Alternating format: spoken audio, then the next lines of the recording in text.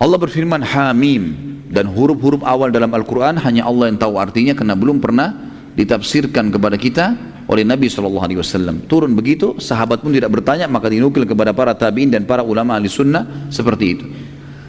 Kemudian dikatakan diturunkan dari Tuhan yang maha pemurah lagi maha penyayang kitab yang dijelaskan ayat-ayatnya, yakni bacaan dalam bahasa Arab yang gunanya agar kaum itu di Mekah memahaminya, yang membawa berita gembira bagi yang patuh dan membawa peringatan bagi orang-orang yang melanggar tetapi kebanyakan mereka berpaling, tidak mau mendengarkannya. Mereka berkata, hati kami berada dalam tutupan yang menutupinya dari apa yang kamu seru hai Muhammad kepada kami, dan telinga kami ada sumbatannya, dan antara kami dan antara kamu ada dinding pemisah dari keyakinan.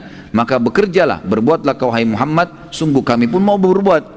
Katakanlah hai Muhammad, bahwasanya aku hanyalah seorang manusia seperti kalian, sama, hanya saja diwahyukan kepadaku bahwa Tuhan kalian adalah Tuhan yang Maha Esa.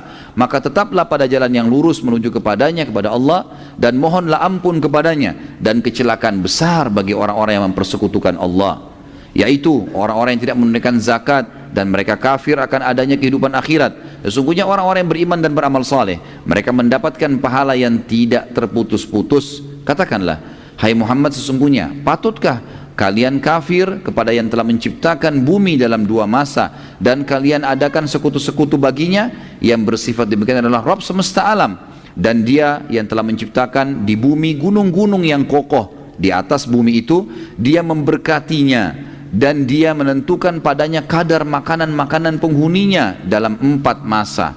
Penjelasan itu sebagai jawaban bagi orang-orang yang bertanya. Kemudian dia Allah menuju ke penciptaan langit, dan langit itu masih berupakan asap. Lalu dia berkata kepadanya dan kepada bumi pada saat sudah diciptakan, datanglah kalian berdua kepadaku menurut perintahku dengan suka atau terpaksa.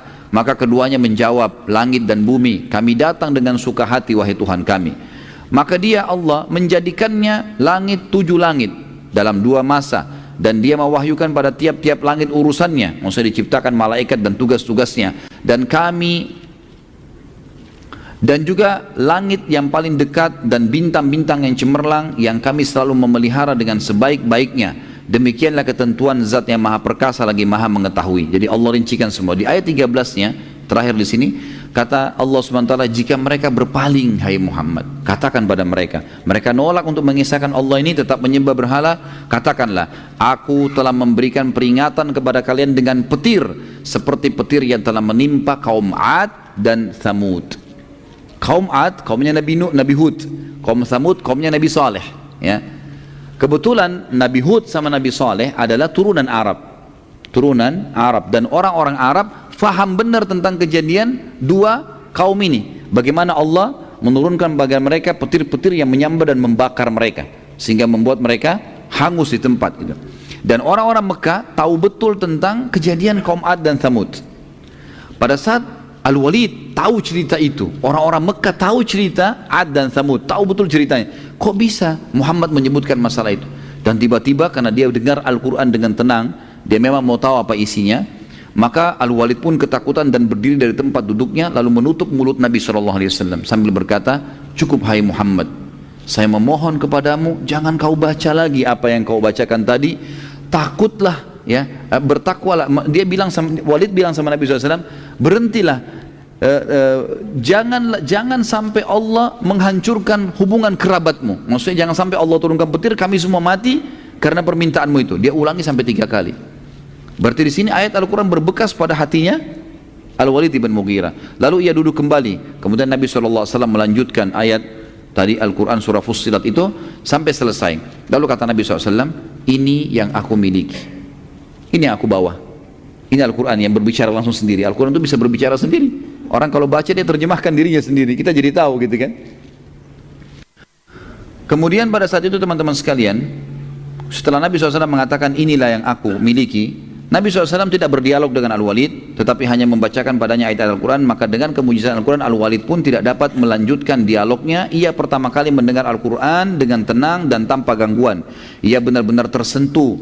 Lalu ia berdiri dan di tempat duduknya lalu menuju ke Darun Nadwah, tempat kumpulnya orang-orang Quraisy.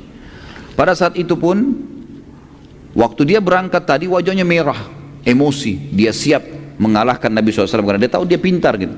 Waktu dia kembali, orang-orang Quraisy mengatakan, demi Allah, Al-Walid bin Mughirah wajahnya tidak seperti pada saat dia berangkat.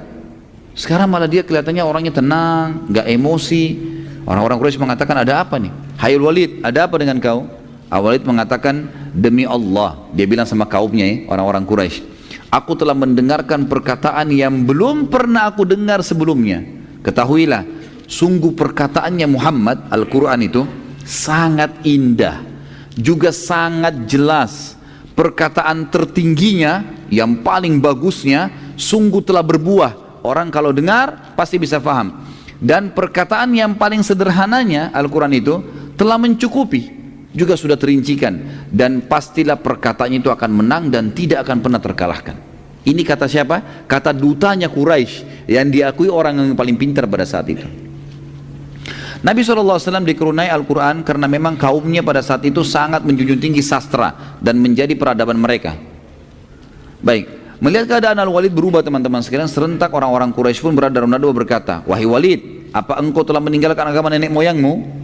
Al-Walid menjawab, tidak, demi Allah tidak, aku hanya belum pernah mendengar kata-kata seperti itu. Lalu orang-orang Quraisy bilang, mungkin itu cuma syair-syair. Syair memang susunannya bagus, gitu kan? Al-Walid mengatakan, demi Allah, tidak seorang pun dari kalian yang tahu syair lebih daripada saya. Saya orang yang paling tahu, kalian tahu saya orang paling pintar dalam syair. Dan itu bukan sama sekali syair. Perkataan Muhammad bukan syair. Baik, mereka bilang, kalau begitu hai Walid, berarti Muhammad peramal, penyamun, penyihir, peramal dan penyamun. Maka Walid mengatakan, aku tahu semua yang berhubungan dengan peramal dan penyamun, tidak sedikit pun ada pada Muhammad. Gak ada menyan-menyan, gak ada apa, gak ada. Dia cuma baca ayat Al-Quran dan saya tersentuh. Lalu mereka bilang, orang Quraisy lagi, kalau begitu mungkin dia orang gila atau kesurupan syaitan, kesurupan jin. Kata Quraisy begitu dalam riwayat. Al-Walid menjawab, aku tahu semua sifat-sifat dan ciri-ciri orang yang gila dan kesurupan, gitu kan. Tidak ada pada Muhammad. Normal, tenang, tidak ada apa-apa. Mereka bilang, kalau begitu dia penyihir. Tadi peramal sama penyamun ya, sekarang penyihir. Dia bisa menyihir orang. Al-Walid mengatakan, aku sangat tahu semua penyihir-penyihir Jazirah Arab. Semua aku kenal. Dan aku tahu perilaku-perilaku mereka. Tidak ada sedikit pun pada Muhammad. Orang-orang Quraisy bilang, engkau telah membuat kami bingung. Lalu apa semestinya yang kami katakan tentang Muhammad?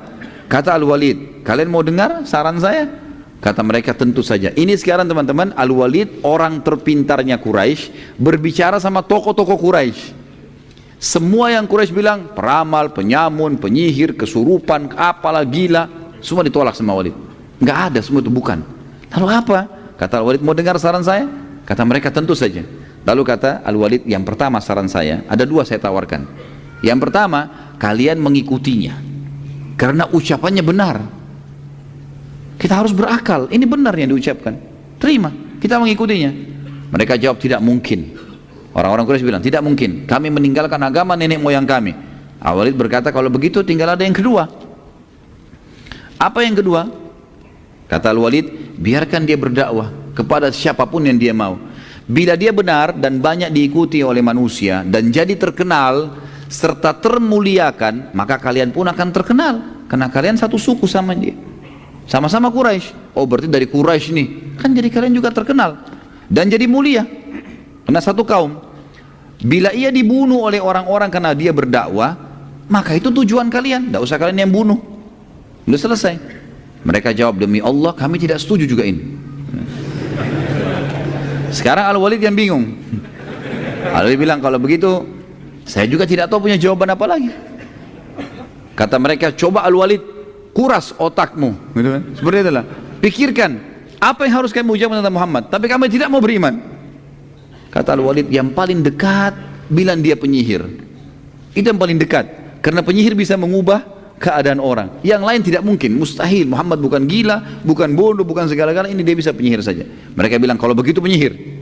Ya sudah, penyihir.